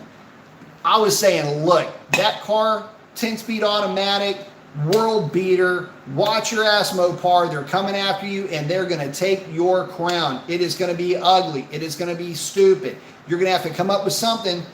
This is your chance. This is your time to shine. Go back to the drawing board. Get us something ready to, oh shit, they put that's G Elemento QP transmission in it, and now it's running into clutch over temp, and here we are.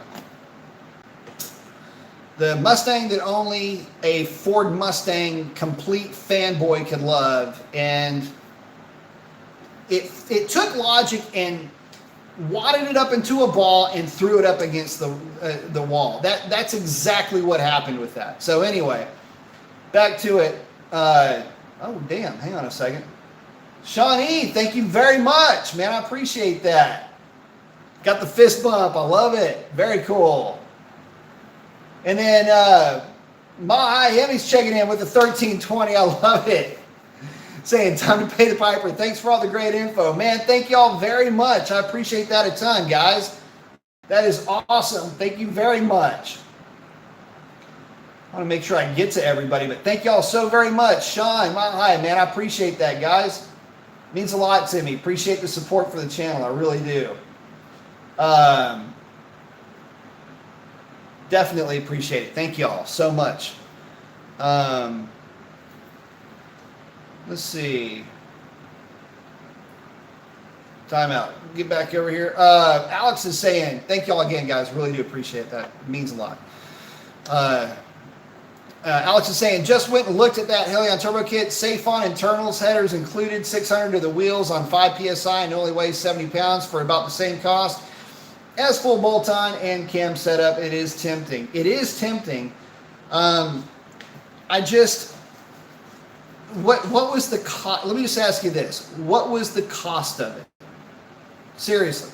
Did it come with tuning? What are the things that it came with? Well, let me rephrase that. With all that it came with, what was the cost of that kit? That's what I'd like to see. John's asking, did you see the supercharger lid spacer that's coming out? Supposed to cut down on turbulence above the intercooler. Adds about an inch. I look at that the same way I look at the blower spacers, man. It's on an engine dyno. It might work somehow.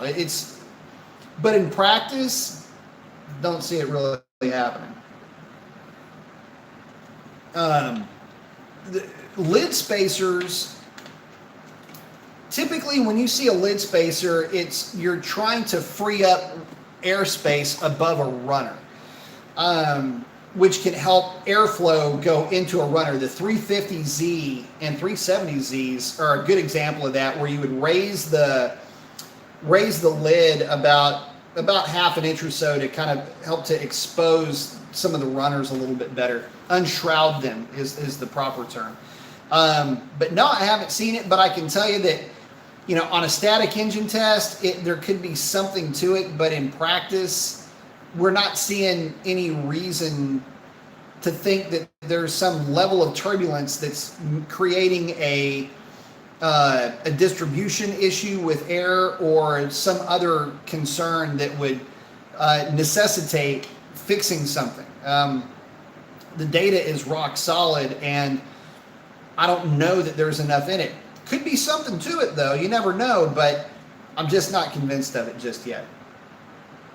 One thing I will say about stuff like that, though, when you come to blowers, if you decide to get something like that, please, please, please, please, please, with a side of please, follow the manufacturer's torque sequence and recommendations.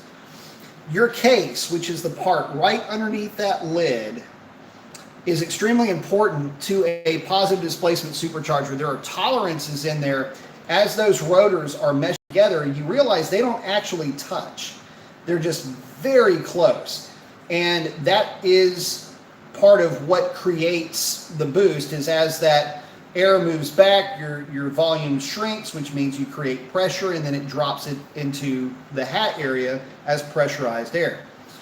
The issue is, if you don't torque them properly, you can distort that case in a way that could potentially make, under certain heated conditions or certain heat conditions, physical contact between the rotors. That's when everything goes really bad, really fast. So just, I'm not saying it's going to wreck it, but just follow the manufacturer's torque specifications, please.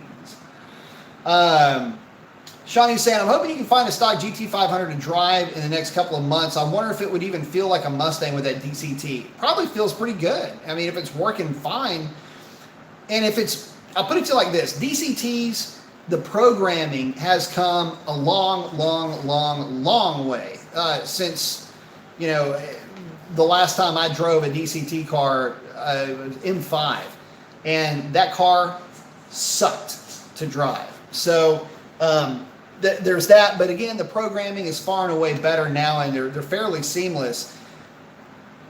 What I'll tell you is this, that the ergos are going to be really nice with that car. I can almost guarantee you that. The car is going to be smooth. It's going to do a lot of really cool things. I will probably be enamored with it from a few different points of view, but at the end of the day, it's not my car, and I really like my Hellcat a lot. So it's going to have to do something overwhelmingly. It's going to have to be overwhelmingly impressive. Maybe it'll be there, maybe it won't. Maybe I'll be blown away by the handling of the thing. How about that?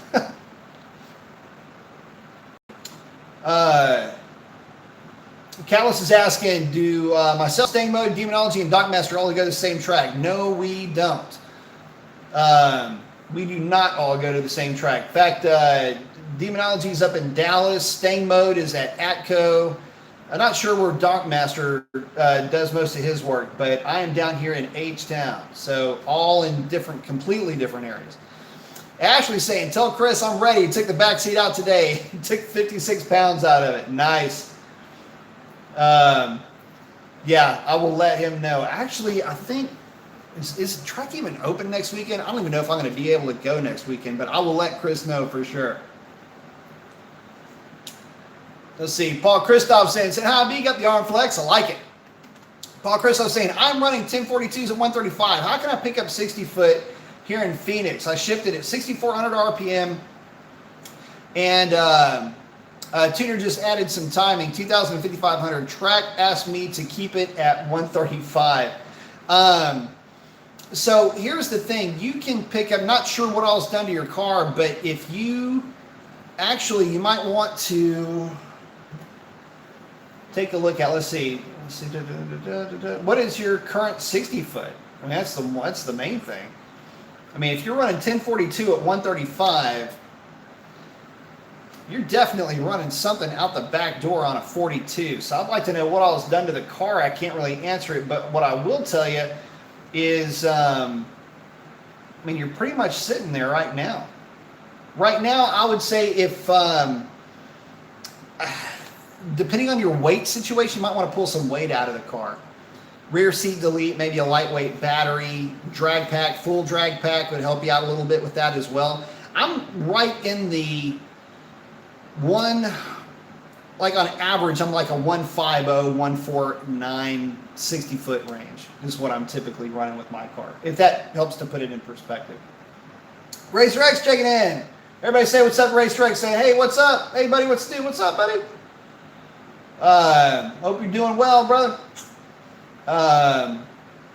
Kuswin saying, should I flush my engine oil or add seafoam in my 2013 Charger? Would an oil can be a good option as well? Oil catch can, yes. Go with an oil catch can. No to the flush.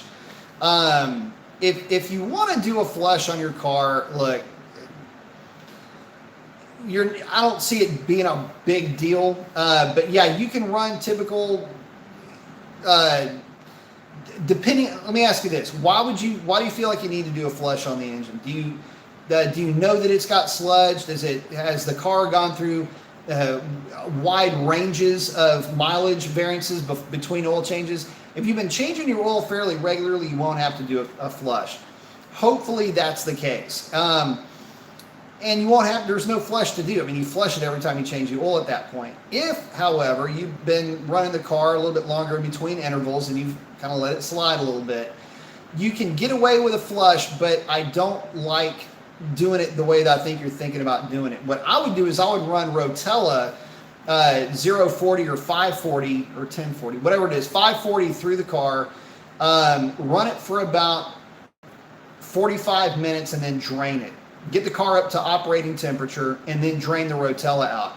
Then do a normal oil change. That will help more than trying to run other chemicals through the car, because you've got things that rely on oil pressure, namely your lifters, and you don't want to run something that is not a specific viscosity like oil. Like, you don't want to run something through your system that is not typical oil type viscosity, because that could potentially cause an issue with lifters. It might be kind of rare, but you've got a little bit more advanced engine than something that was built back in the 80s, which those chemicals can work just fine with.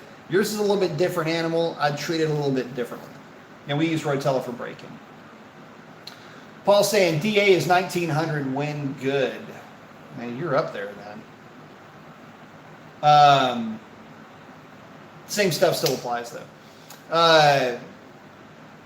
Jay Yeager saying, hey guys, new to drag racing at Richmond in Virginia this year. Got my your 19 octane red Scat Pack Challenger with adaptive damage suspension and dynamics package. You should have a lot of fun with that car. Get a tire on it as soon as you can.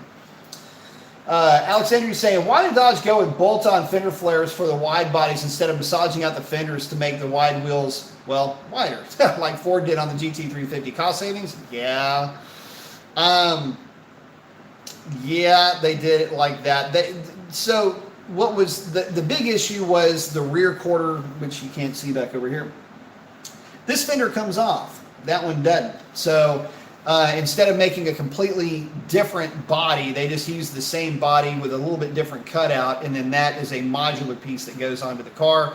Same for the front. The fender is not the exact same fender that comes on the regular body cars, but they're very close. They got a little bit different cutout, and that's why they use that particular setup. But it's cost. Very much so. Jay Yeager saying, looking for yips tips. Yeah. So mainly, speaking of yips, that's kind of a thing if you go to a different gear. But main thing, depending on how serious you get, how far you have to drive, you're going to need to get drag radials on the back of the car. You start out with a stock size already that you have just in a drag radial. I like, for a drag radial, like Nitto Tri 5s, Nitto NT 05s are good too. If you're going to go with a different wheel and tire setup, go with like a 17-inch Dark Star setup with 17 by 9.5 on the normal regular body, or if you want to get welds, you can get the 17 by 11, 17 by 10.5s. Mickey Thompson 305, 45, 17s for those works really well. Very sticky tire. Again, just depends on how aggressive you want to get with the car and how often you're going to be going to the drag strip. Let's see. Alex is hanging out with Jay Yeager. Christian's saying, gotcha. I think the Bronco has a lot of potential. I'd kill for the 5.0 to make it, but this day and age, I doubt it. You should look it up later. The production model was leaked a few days ago. I need to check that out. It's a bummer if they don't have the 5.0. Alex is saying, factory reproductions make some that match your front wheels just wider. That is very true. In fact, that's what they look like on the back of the car. Shawnee's saying, are some year Hellcat speed density and others years mass air advantages, disadvantages? No, they're all basically running on more or less the same operating, not the same operating system, but the same operating parameters. This thing's a little bit crooked now. In that they have my car, the 15s and 16s have mass air meters. They're there just to monitor airflow, but they typically run on neural network, which is more or less speed density. It's just a secondary way to measure the airflow, kind of like overkill, redundancy in a way. The later cars are straight neural network only, which is kind of like speed density, but just think of it like speed density, just version 3.0. It's just a lot more advanced, but still the same basic ideas apply. Let's see. Go74 is saying the GT500 was a joke. Going to buy a used Hellcat manual and enjoy life. A lot of folks have said that, and a lot of folks have backed away from the GT500 because there was not a true manual transmission option, which, again, if you're a little bit more old school, if you're a guy that remembers the old GT500 and that's the experience that you want to recreate with just a little bit more punch, you don't get that option with the new car. And that is a big problem for guys. In fact, it's like the biggest problem you can have for a lot of guys. They only want a manual transmission. They only want that experience. And without that experience, they are not buyers. And you can say, well, with the GT500 being a quote-unquote a limited production car. Well, listen, buddies, I got news for you. It might be limited, not just because they're not going to build that many, but because they just don't sell that many. Look, there's a lot of things that are rare that aren't valuable, and there's a lot of things that are rare that people don't really like that much. They're rare because nobody bought them. The market dictated them to be rare. So is this another case of that? Shit. And here's the other thing. There's a lot of not known stuff about that transmission. How does that affect resale value? If you're kind of in the know and one of these things pops up in a couple of years and you don't have a direct line of sight access to $20,000 just laying around if that transmission flakes out on you, that's kind of a spooky proposition for people. So again, there's a lot of moving parts to this. There's a lot, when it comes to the question of the GT500, there's a ton of moving parts, and there's a ton of people that would love to buy that car that now won't because that specifically because that transmission's in. Oh, wait a minute. Hang on a second. Ashley, thank you very much. Got the little guy saying, keep it up. Thank you for the contribution to the cause. I truly appreciate that. That's awesome. Thank you so much. I'm looking at the little avocado guy lifting weights. That's awesome. Thank you very much, Ashley. I appreciate that very much. That's little guys. I don't know if y'all can see that on y'all's end. This little avocado that's working out. Scott Johnson saying hello from OKC, Oklahoma City. Man, I love it. Hello. JG saying love the Cobra Jet drag racing car any year. Yeah, those are pretty badass. Any of the specific drag racing or specific to drag racing platforms are pretty sweet. Chris is asking, did you enjoy owning your Viper back in the day? Yeah, I loved it. The learning curve was tough on the Viper, though.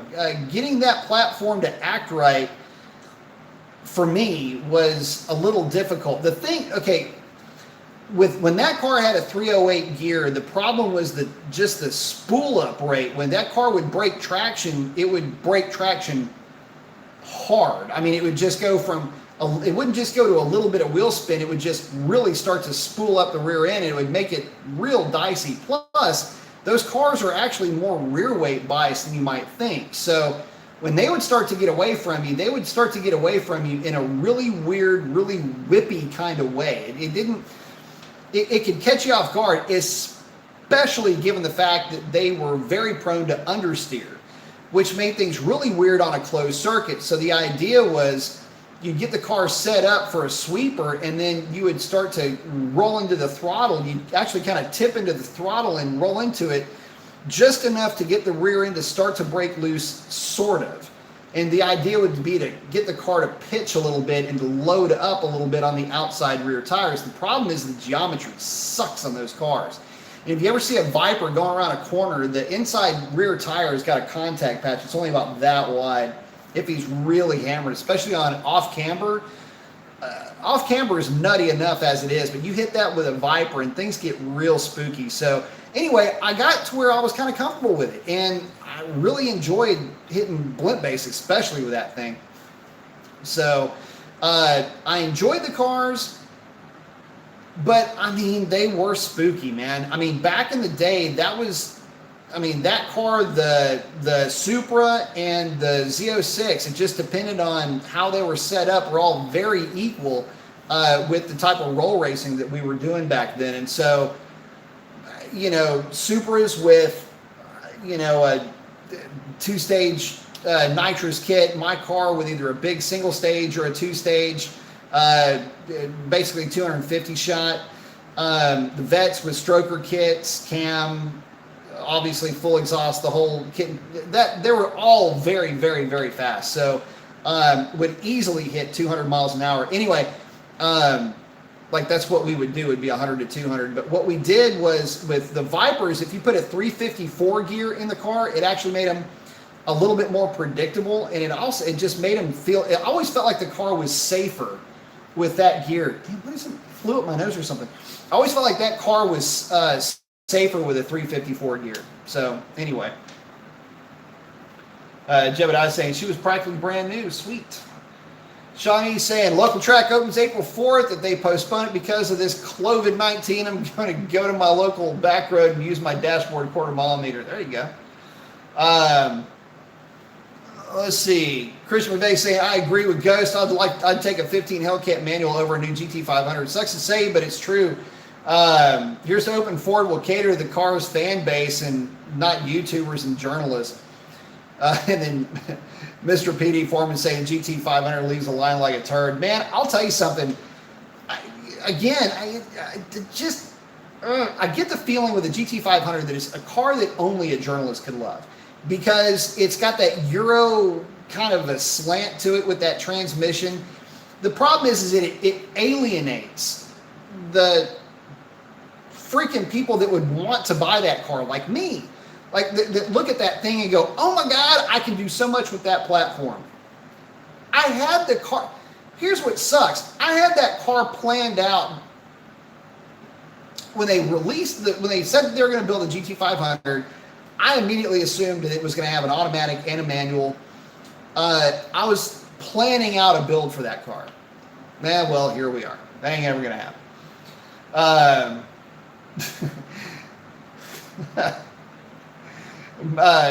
We got another miscellaneous consonants and vowels goes, just call it what it is, horse meat. That's funny. Stephen Berg saying, I remember when the GT500 was an exclusive driver's car. When the car made sense, wasn't heavy as fuck, was reliable. The good old days. Here's the funny thing. So even back then, the GT500 was, so you had the Roush cars, and then you had the GT500. Roush Stage 3, fantastic car, did a lot of really cool things. I think Top Gear tested him at some point. They like the Roush car better than the GT500, which is tough to hear. But anyway, yeah, it's just, back then, things were simpler. It was easier. And, look, I get technology, is what it is, and, progress must progress. But the issue here is everything that the GT500 can do with that DCT, it could also do with an automatic. How do we know this? A little car called the ZL1 seems to get it done pretty easily with that 10R80, and it's a shame that Ford didn't see fit to go head-to-head in all areas.